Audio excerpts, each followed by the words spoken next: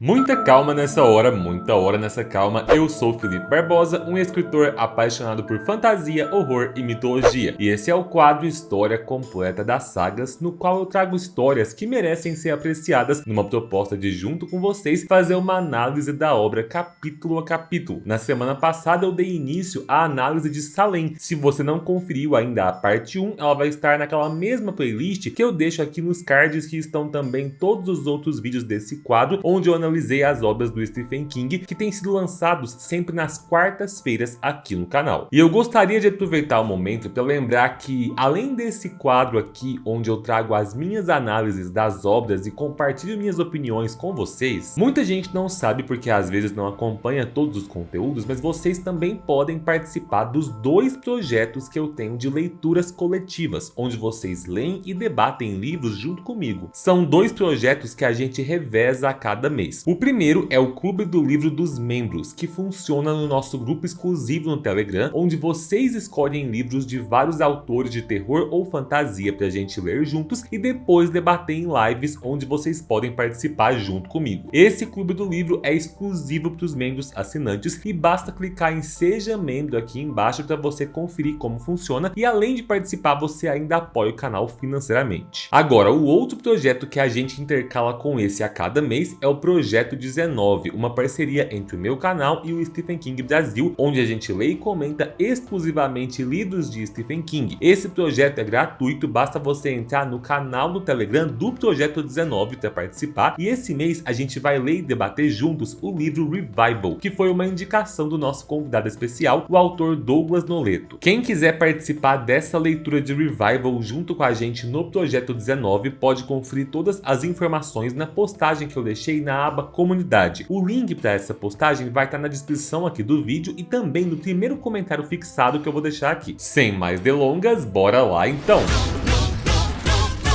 Partimos então para o capítulo 4, Danny Glick e os outros. Para recapitular, o Danny e o Ralph Glick são os irmãos que sumiram na floresta quando iam para a casa do amigo Mark Petrie. O capítulo começa com os pais dos meninos Tony e Marjorie Glick preocupados porque os filhos não voltaram no horário. Eles ligam para a casa dos Petrie e descobrem que os meninos nem chegaram lá. E aí, desesperados, eles estão saindo de casa para procurá-los quando do nada o Danny aparece no quintal todo sujo e cambaleante. Ele tá confuso e só lembra de acordar sozinho na trilha sem o Ralph. A partir daí, a polícia começa uma busca intensa pelo Ralph, mas depois de 4 dias sem sinal, no 5º dia, o inferno da família Glick piora. A mãe encontra o Danny desmaiado no corredor da casa e eles correm com ele para o hospital, onde o médico responsável lá, que é o Dr. Gorbay, começa a fazer vários exames no garoto. Enquanto isso, o nosso escritor Ben Mears participa das buscas pelo menino e comenta com a Susan, quando eles estão na varanda da pensão da Eva Miller, que ele acha que o Ralph deve estar morto. A Susan conta que a sua mãe foi visitar a senhora Glick e que o Danny anda vagando pela casa como um fantasma. Durante a conversa, a Susan repara no jeito como o Ben olha fixamente para a casa Marston, como se tivesse algum tipo de magnetismo ali. E aí ela pergunta sobre o que é esse livro que você está escrevendo, e ele desconversa. E meu Deus, cambada, como a coitada da Susan é uma jovem emocionada, porque ela tá toda ansiosa aqui querendo falar pro Ben que ama ele, e eu tava quase invadindo essa cena e falando: ô mulher, se controle, você conheceu o cara essa semana e ele passou mais tempo olhando para aquela casa mal assombrada do que olhando para você. Mas ok, a gente segue do ponto de vista do Larry Crockett, o ambicioso dono da imobiliária, que começa a sentir que a transação que ele fez com o Richard Straker um ano antes é mais sombria do que esperava, como se ele tivesse vendido a alma em troca de riqueza. O King constrói um mistério muito bom em torno do Straker, e é nesse capítulo aqui que nós vemos o quanto o Larry é um cara fácil de corromper. Primeiro, ele recebe uma ligação do Straker com ordens específicas. Ele precisa organizar um caminhão para transportar 12 caixas das docas de Portland, sendo que 11 irão para a loja de antiguidades e uma para a casa Marston no porão. Ele pede ainda que o Larry providencie cadeados para trancar as portas da loja e da casa após o transporte. Quem faz o serviço são 2 carregadores, Royal Snow Snow e Hank Peters, e eles logo notam algo estranho. A tal caixa especial não tem carimbo da alfândega. Mesmo assim, eles seguem com o trabalho e ao chegarem na casa Marsden, a coisa começa a ficar tensa. Conforme eles vão descendo com a caixa, o ambiente fica cada vez mais sombrio e inquietante. E tem um trechinho bizarro aqui depois que eles já trancaram tudo com os cadeados e o Hank tem que voltar sozinho até o porão para deixar as chaves lá como combinado. E nesse trecho ele ilumina o caminho com uma lanterna e tem um rato ali embaixo que não se move mesmo quando a luz atinge ele, e é descrito que o rato parecia quase sorrir. Ou seja, até os ratos ali embaixo estão sentindo que tem uma energia diferentona naquela caixa. Então Hank leva um susto quando uma das tiras de alumínio que prende a caixa se abre sozinha e fica parada apontando para cima. E o cara sai correndo mais rápido que pode, mas não sem antes notar que tinha uns trapos ali embaixo que pareciam roupas de alguma criança. Como eu comentei no último vídeo, nós, Hellis brasileiros, jamais tivemos a chance de ler esse livro aqui sem ter o spoiler de que era uma história de vampiro. Mas imagino eu que os leitores que tiveram essa experiência devem ter começado a desconfiar aqui, porque é muito bem feita a referência ao Drácula de Bram Stoker com essa ideia da caixa misteriosa que veio numa embarcação e meio que não dá pra ter dúvidas do que seria essa mercadoria ali dentro, né? Mas enfim, aí chegamos na filha da putagem do Larry Crockett. Quando ele tá prestes a fechar o seu escritório naquela noite, o Hank chega desesperado pra contar pra ele sobre as tais roupas de criança que ele viu no porão da casa Marsden, que parecem as roupas que o jornal descreveu como as que o garoto Ralph Glick estava usando quando desapareceu. E o Larry faz o quê? Ele joga uma ameaça velada aqui, dando a entender que ele pode contar para os outros sobre o fato do Hank estar traindo a sua esposa e deixa claro que eles precisam ser discretos com tudo que envolve a casa Marsden, porque ele não quer se indispor com o Richard Straker. O Hank fica bem abalado com isso, é descrito que ele tem pesadelos durante a madrugada, mas aí o capítulo segue para uma cena em que o Richard Straker faz compras no armazém de um cara chamado Milt Crossen. O Straker compra grandes quantidades de carne e carrega uma caixa pesada com uma facilidade que chama a atenção das pessoas. E em cidade pequena nem precisa de muito para você virar alvo de fofoca, né? Já basta ali um cara fortão andando de terno e dono da casa Marsden. Mas a galera suspeita ainda mais quando o Straker paga a mercadoria com uma nota de uma série muito antiga, uma nota fora de circulação. Porém, o Straker não é o único forasteiro na cidade, né? Nós temos o Ben Mears também, e o delegado Parkins Gillespie resolve ir atrás do Ben para perguntar onde ele estava na noite do desaparecimento do Ralph. O Ben dá o seu álibi, ele estava na casa da Susan e depois ele foi para a pensão. E aí, o delegado vai depois até a loja de antiguidades que tem os nomes Straker e Barlow, e quando ele entra ali, ele é recebido pelo Straker, que é extremamente educado e receptivo. Inclusive, eu preciso fazer um comentário aqui que em todas as cenas eu imagino o Richard Straker com a aparência da versão da minissérie de 2004, onde ele é interpretado pelo ator Donald Sutherland, de quem a gente lembra principalmente pelo papel do presidente Snow nos filmes de Jogos Vorazes. Eu sei que a aparência dele nessa minissérie aqui é bem diferente da descrição dele no livro, mas é que o Donald Sutherland consegue trazer um ar de filho da puta carismático tão genuíno para os personagens dele que pra mim encaixa perfeitamente com a vibe do Richard Straker aqui na história. Enfim, nessa cena o delegado pergunta pelo Sr. Barlow, né, o sócio do Straker, e o Straker diz que ele tá em Nova York comprando itens pra loja e que eles estão meio que aposentados ali em Salem Slot. O delegado pergunta sobre o garoto desaparecido e se eles viram alguma criança na casa Marsden, mas o Straker diz que não. Depois dessa última visita, o delegado liga pro FBI e pede que eles investiguem o Ben Mears, o Kurt Barlow e o Richard Straker. O capítulo encerra com um relatório médico do Daniel Glick no hospital, no qual o Dr. Gordai suspeita que ele tem anemia grave e recomenda suplementos de vitamina B12. E mais tarde, uma enfermeira vai até o quarto e encontra o garoto desmaiado no banheiro. E quando ela vê que ele tá com uma aparência até boa, ela pensa que a vitamina tá funcionando, mas ao tocar no pulso frio dele, ela percebe que ele morreu. Vamos então pro capítulo 5, mas antes, esse é o momento em que eu peço pra você dar aquela ajudinha. Você gosta do meu conteúdo? Então apoie o meu trabalho deixando o seu curtir nesse vídeo, se inscrevendo no canal e ativando o sininho para receber as notificações. E não esquece que outra forma bem simples de você me apoiar é fazendo as suas compras na Amazon através dos links que eu sempre deixo aqui na descrição. Principalmente agora em novembro, nesse mês de Black Friday. Então quando você for comprar o seu exemplar de Salem, ou se for comprar o Revival para leitura coletiva, ou se for comprar qualquer outro livro, qualquer outro muito produto só de você entrar na Amazon pelos meus links que eu deixo aqui embaixo, você gera uma comissão para mim sem nenhum custo a mais para você. Conto com vocês, hein? O capítulo 5, intitulado Ben 2, mostra o Ben no dia 25 de setembro indo jantar na casa da família Norton com a Susan e os seus pais. A mãe da Susan continua desconfiada dele e a gente entende que é por ele ser um forasteiro. Ela teme que ele leve a filhinha inocente embora, ao contrário do Floyd Tibbets, o cara seguro de Salem's Lot. Durante o jantar, ela comenta que o Danny Glick morreu no hospital e o Ben fica abalado com o sofrimento da família. E aí, depois do jantar, o Ben sai com a Susan dizendo pra mãe dela que eles vão pra sorveteria. Mas a Susan, que não é nada inocentezinha igual a mãe dela espera que ela seja, convence ele a levar ela pro parque, mesmo estando de noite. E lá no parque ela pede pra ele se deitar com ela na grama e fazer amor ali mesmo à luz da lua. Se isso aqui fosse um filme slasher, né, no meio dessa saliência ao ar livre, eles seriam mortos pelo Jason. Mas como é um livro do Stephen King, eles têm ali seu momento de prazer e depois que eles terminam os trabalhos, eles saem andando de mãos dadas e conversando. A Susan volta a perguntar pro Ben sobre o que é o livro que ele está escrevendo e ele enfim revela que é um livro sobre a casa Marston. Ele conta que originalmente a ideia era que fosse um livro sobre a cidade de Salem's Lot, mas que conforme ele foi escrevendo e pesquisando, a coisa foi fluindo naturalmente para que acabasse se tornando um livro sobre a casa e sobre como ela se tornou um farol para energias malignas por causa das ações do seu dono original, o Hubby Marston. O Ben revela aqui então que, de acordo com as suas pesquisas por meio dos registros policiais de Boston e também com uma entrevista que ele fez com a cunhada do Hubby Marston, irmã da Bird Marston, que era a esposa dele, ele descobriu que a transportadora do Hubby Marston era apenas um negócio de fachada. Na verdade, ele era um mafioso e um assassino profissional que matou incontáveis vítimas quando vivia em Boston. E depois que a polícia começou a desconfiar que ele tinha sido o responsável pelo assassinato de um menino de 11 anos, a máfia deu um jeito de livrar a pele dele e fez com que ele se mudasse discretamente para Salem's Lot, onde ele ia poder viver como um executivo aposentado. Porém, na época em que o Hubby e a Bird viveram ali, 4 crianças desapareceram na área onde o casal Marston morava e nenhuma delas jamais foi encontrada. E aí o Ben traz umas reflexões muito interessantes sobre o que ele chama de o poder recorrente do mal. Ele diz que esse é o tema do livro dele. E ele faz uma citação excelente aqui, perguntando se a Susan já leu o livro A Assombração da Casa da Colina da Shirley Jackson. Eu achei muito massa porque eu tô citando a Shirley Jackson desde o primeiro vídeo como uma óbvia inspiração para essa história, mas eu não lembrava que ela era diretamente citada pelo Ben aqui no livro. Então ele usa essa referência como base para explicar a sua teoria de que a casa Marston é o tipo de local que absorveu energia das ações humanas e passou a conter uma essência maligna na sua construção. E ele acredita que isso explica a experiência que ele teve quando era criança, quando ele entrou lá tentando cumprir aquele desafio dos outros garotos e acabou tendo aquela visão perturbadora do corpo enforcado do Hubby Marston. Por fim, ele diz que essas suspeitas dele deixam ele bem apreensivo sobre o fato de terem novos moradores na casa Marston, porque ele explica para Susan que quando ele veio para a cidade com a ideia de alugar aquele lugar, a intenção dele era que ao ocupar a casa para terminar de escrever o seu livro, ele poderia não apenas entender melhor o mal que existia lá dentro, mas também tentar confrontar esse poder e enfrentar os seus antigos medos. Mas agora, depois dessa coincidência, que não parece uma coincidência, de que a casa foi comprada por 2 homens misteriosos e o Ralph Glick desapareceu, o Ben fica com medo de que a própria casa Marston tenha dado um jeito de atrair até ela um novo morador maligno. E aí, algumas considerações que eu anotei enquanto li essa parte aqui. Quando a gente acompanha o trabalho de um autor com muitos livros, como o King, é muito interessante a gente analisar certos pontos que ele foi desenvolvendo ao longo da sua carreira. E o que eu mais estou curtindo nessa releitura de Salem é ver como que existem tropos e elementos aqui que parecem sementes de certos conceitos que ele ia desenvolver bem melhor em livros futuros, principalmente nos 2 livros que a gente já releu aqui nesse quadro. Primeiro, a casa Marston como esse edifício que absorveu os fantasmas morais das tragédias que aconteceram ali, vai ecoar lá em O Iluminado com o Hotel Overlook. E segundo, a forma como Salem's Lot é uma cidadezinha pacata que é afetada por essa energia sombria, que parece que só é notada de verdade por alguns dos moradores de cabeça mais aberta, vai ecoar também lá em It a Coisa de forma bem mais intensa com a cidade de Derry. E conforme esse capítulo continua, a gente tem mais personagens falando sobre esses mistérios ocultos em torno da cidade, porque o Ben, depois de ter deixado a Susan em casa, não consegue dormir nem escrever, então ele vai até aquele bar, o Dells, para se distrair, e ele encontra lá o bêbado Weasel Craig. O Weasel apresenta o Ben ao seu velho amigo Matt Burke, que é aquele professor de literatura prestes a se aposentar que a gente conheceu lá no capítulo 3. O Matt é bem simpático com o Ben e diz pra ele que já leu seu livro Air Dance e que ele gostou do que leu, diferente dos críticos, o que, obviamente, é a melhor forma de você conquistar um escritor, né? E aí, conforme os dois vão conversando, o Matt comenta que ele ficou sabendo através das fofocas da bibliotecária que o Ben tá pesquisando sobre a casa Marston. E os dois começam a falar sobre como eles já perceberam que a casa parece ter uma influência sinistra vigiando a cidade. E o Matt traz uma frase que eu acho muito boa aqui com o diálogo que se segue entre eles. Você usou a expressão exata. A casa Marston nos contempla há quase 50 anos, testemunha de todos os nossos pequenos pecados e mentiras, como um ídolo. Talvez tenha visto coisas boas também. O bem é escasso em cidadezinhas sedentárias. O que predomina é indiferença temperada com uma pitada de maldade inconsciente, ou pior, consciente. Depois que eles percebem então que eles têm visões semelhantes sobre a casa e sobre o folclore sombrio que parece ter se formado em torno de Salem's Lot, o Ben aceita um convite do Matt para ir um dia lá na escola conversar um pouco com os alunos dele numa aula especial. Aí o capítulo 6 é intitulado A Cidade 2, e assim como tivemos um panorama geral de tudo que tá rolando com vários dos habitantes lá no capítulo 3, a gente tem isso aqui mais uma vez, só que agora de forma mais sombria. É narrado que no dia 28 de setembro aconteceu o funeral do Danny Glick no cemitério com muitos moradores da cidade, e a cova no cemitério foi aberta pelo zelador Mike Ryerson com a ajuda do Royal Snow, que foi um dos caras que a gente acompanhou levando a caixa lá pro porão da casa Marston. E o Mike Ryerson percebe que o Royal Snow tá meio abalado com alguma coisa que ele não sabe o que é. Conforme o cortejo vai se aproximando com o corpo do garoto, o Mike troca uma ideia com o padre da cidade, que é o Donald Callahan, e a gente vê pelo ponto de vista dele que ele acha o padre um cara bem carismático e compassivo, bem diferente de outros líderes religiosos que eles tinham ali na cidade, e que por isso ele não julgava o fato do padre Callahan estar sempre por aí bebendo uma. E conforme o Mike sai pra ir almoçar enquanto o funeral tá rolando, ele percebe que uma das antigas lápides do cemitério tá caída pra frente. Ele levanta ela e percebe que é a lápide do Hub Marston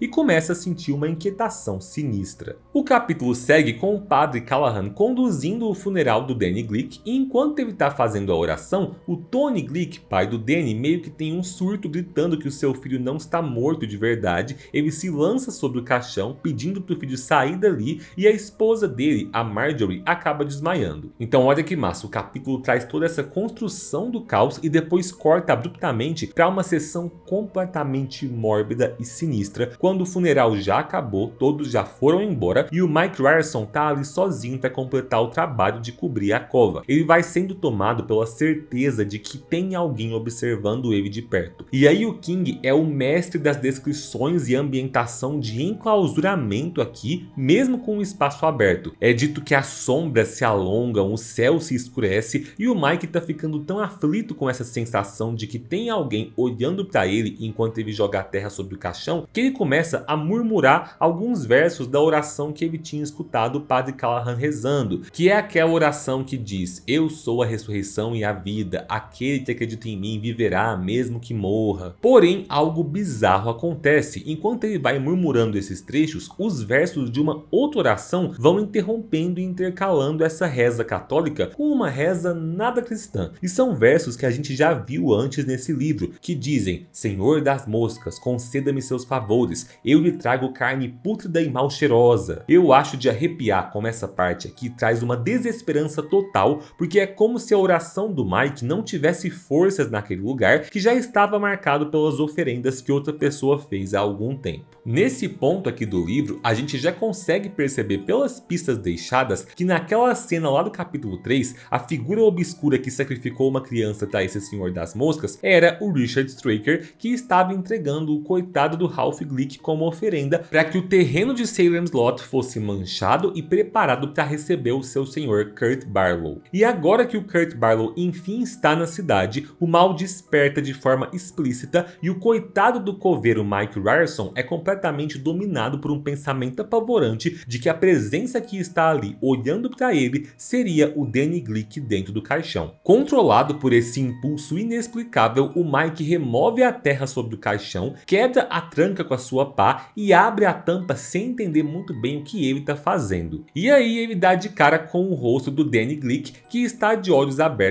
assim como ele esperava que estaria e com as faces rosadas como se estivesse vivo. Continuando o tour pela cidade, o capítulo leva a gente para a casa da família Petrie e é um trecho bem intimista aqui do garoto Mark Petrie, onde a gente consegue entender melhor a mente dele e a forma como ele enxerga o mundo. O Mark é um garoto bem maduro para quem tem apenas 12 anos e essa maturidade vem de um misto da educação que ele teve com o pai com as experiências que ele viveu, como a morte do seu cachorro, a perseguição pelos valentões nas escolas que ele estudou, o que fez ele decidir que ele não ia abaixar a cabeça para esses caras e que ele iria sempre se defender. E também o fato dele ser fanzaço de filmes de terror, com monstros, tendo não só sua coleção de bonecos, mas também várias histórias em quadrinhos, e é muito legal perceber como que essas histórias prepararam a mente do garoto com as noções de que a morte existe, de que a morte leva pessoas queridas, pessoas boas e de que o mal está por aí no mundo, mas que ele pode ser combatido. O capítulo segue então mostrando pra gente o lar completamente disfuncional do casal McDougal. Lembram deles? A Sandy McDougal que batia no seu bebê, que não suportava mais a vida depois de ter se casado tão nova. A gente vê aqui o marido dela, o Roy McDougal, chegando ali no trailer onde eles vivem, embriagado e mal-humorado, e ele encontra a cena perturbadora do bebê Randy chorando com o nariz sangrando depois da Sandy ter batido nele, e ao invés de ajudar o bebê, ele piora as coisas, gritando, reclamando da bagunça do lugar, do corpo da esposa e perguntando o que ela fez pro jantar. Em seguida, o cenário muda para a delegacia, onde o delegado Parkins Gillespie recebe uma ligação do agente do FBI com as informações que ele conseguiu sobre o Ben Mears, o Kurt Barlow e o Richard Straker. Ele conta que o Ben tem a ficha limpa, só tem registros da morte acidental da esposa dele, Miranda, num acidente de moto. E sobre os outros dois forasteiros. O Kurt Barlow nasceu na Alemanha e foi para a Inglaterra antes da Segunda Guerra Mundial, onde ele começou a trabalhar no ramo de importação. O agente acha que ele deve ter uns 70 anos e o seu nome de batismo alemão é Brian Chan. Já o Richard Straker é sócio do Barlow desde 1945, é britânico e como os dois vivem juntos há um bom tempo, existem especulações de que eles possam ser um casal, o que não é bem visto pelas pessoas nesse contexto dos anos 70. E aí vamos pro ponto de vista do Dud Rogers, que já foi citado no capítulo 3, que é o zelador corcunda do depósito de lixo que tem um hobby sádico de ficar atirando nos ratos com a sua arma. Ele recebe uma visita misteriosa em frente às brasas ainda acesas, onde ele estava matando alguns ratos. Esse visitante misterioso é descrito como um homem alto e magro que está ali entre as brasas, com uma aparência aristocrática, cabelos brancos com mechas cinzentas e os olhos refletindo o fulgor vermelho do fogo, como se eles estivessem injetados de sangue. Apesar do nome dele não ser mencionado aqui pra gente, fica bem claro que essa é a primeira aparição que nós temos do Kurt Barlow. E eu gosto porque aqui a gente tem uma fusão dos dois tipos clássicos de vampiro que nós temos na história do gênero. Existe um pouquinho da monstruosidade do Conde Orlok do filme clássico Nosferatu, porque fica nítido que é um ser tomado pelas trevas com um olhar assustador penetrante, até mesmo no fato da gente ter descoberto no trecho anterior que ele originalmente veio da Alemanha. Porém, a aparência do Kurt Barlow mesmo remete a algo mais cavalheiresco e até com uma sedução no estilo clássico. É dito que as mechas cinzas no cabelo dele ressoavam sua masculinidade, ele vai hipnotizar o Dud Rogers com promessas de teor sexual, então é uma roupagem classuda bem no estilo Conde Drácula. A conversa que o Barlow tem com o Dud é muito macabra. Ele começa a olhar para os ratos e começa a falar que ele gosta de predadores noturnos como os ratos, as corujas e os lobos. E aí ele faz promessas pro Dud de que ele vai transformar a vida dele para ele nunca mais sofrer com o desprezo das mulheres como a moça chamada Ruth Crockett que ele tanto almejava. E aí aí é incrível a descrição no final dessa cena aqui. Era como se afogar nos círculos vermelhos em torno dos olhos do velho. E quando ele se aproximou, Duddy entendeu tudo e aceitou.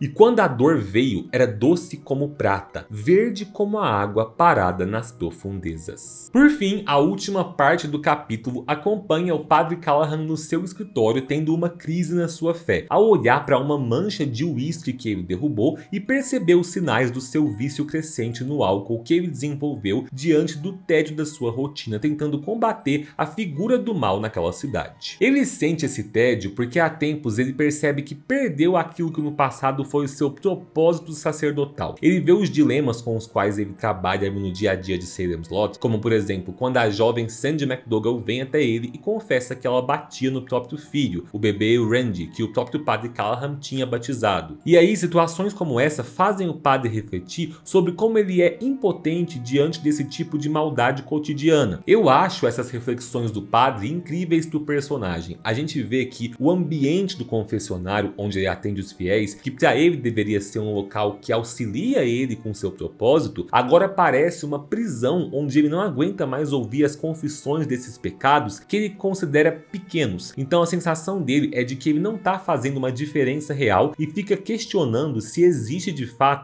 um mal maior, um mal com M maiúsculo, contra o qual realmente valeria a pena travar uma batalha espiritual intensa. É bem forte ter esse trecho do padre encerrando esse capítulo, porque a gente percebe que ao mesmo tempo em que esse mal grandioso pelo qual ele está ansiando enfrentar algum dia está ganhando força ali na cidade, a gente vê também que são nos tais males supostamente menores, como na violência doméstica, nos personagens que guardam rancores violentos da comunidade e nas pequenas corrupções de personagens imorais, que esse mal maior vai encontrar raízes para que consiga se instalar e exercer seu poder. E é nesse clima sombrio que eu encerro os comentários de hoje. Na semana que vem a gente volta com mais capítulos e eu peço que vocês deixem aí embaixo nos comentários as considerações de vocês. Obrigado pela companhia, um beijo e tchau!